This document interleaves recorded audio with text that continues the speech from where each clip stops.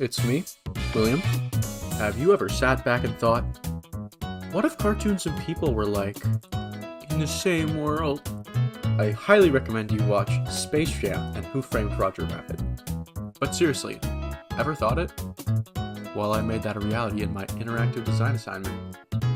Kind of. Let me give you some background on what I'm talking about. Me, William, is currently enrolled in a one-year art fundamentals course at Sheridan College. One class that I'm taking is 2D design, which is similar to graphic design, but it specifically focuses on design principles and how to incorporate them into art to make your art more engaging and just flow better, you know? The current assignment I'm working on revolves around the idea of an interactive design. Each student needs to place something in public that includes an element of design that other people will actively engage in an interaction with. Initially, my brain flooded with ideas. The two that interested me the most were a sort of guy wearing a detective jacket who would be tucked away behind some plants in a hidden little area with a speaker attached to him. I would talk over the speaker and I would kind of lure people in. It was a cool idea, but it was centered around the fact that I just wanted to scare people and confuse people, and the level of interaction that I included, it was kind of lackluster. I could do better, you know? My second idea was this.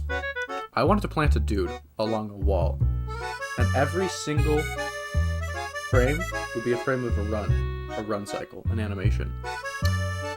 Need more explanation? Well, the interactive part of the design is the fact that I wanted to actively get people to engage in in looking at something that was out of the ordinary from their current path in time. It would pull them away for a minute. And the element of design was the fact that I wanted to animate a dude running. Where to start? Well, I started by brainstorming. Initially, I wanted to animate a bunny-like character, similarly to that guy from Epic Mickey, and in a sort of Mickey Mouse art style, yeah. Then I realized I don't have time to do that. It's like a crazy ambitious project for such an inexperienced person like myself who doesn't know how to do stuff on a time crunch and doesn't know how to animate in general. But then the bean came to me. He was simple, round, funny, perfect. I started with a rough sketch of each individual frame, starting with the key poses, then the in-betweens, while following a very helpful YouTube tutorial, right here. The bean worked well during this process, as understanding the physics was simple. When the bean sunk down and rose up, it would actively bounce in sync. Then came the fun part. Line art and coloring. Pretty crazy stuff. Now, he was ready. I could share him with the world. Not really, I actually had to cut them out now. Every frame.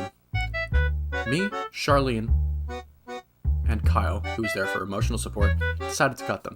And that took like an hour, and it was kind of boring. No, but we had fun talking. Now it was time.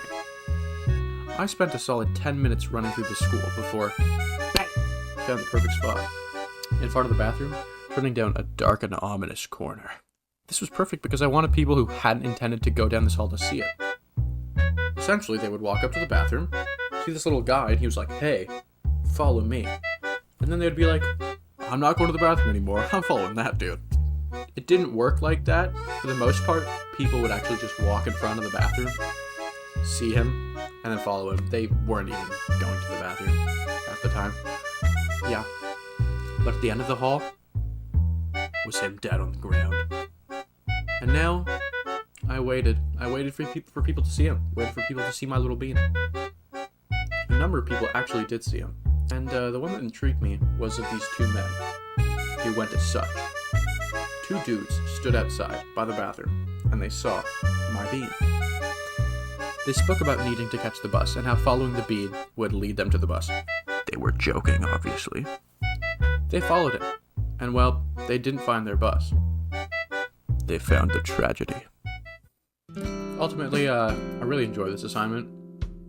It was cool to put something different out there in the world that would actively, alter people's trains of thought and send them going somewhere they didn't initially intend to. It was cool to just, bring the bean to life and animate him, you know?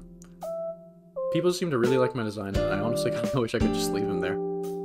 Because he grew really comfortable in that environment, and I got very used to him being there. But alas, all good things must come to an end. And, that's about all, guys. Hope you enjoyed. See ya.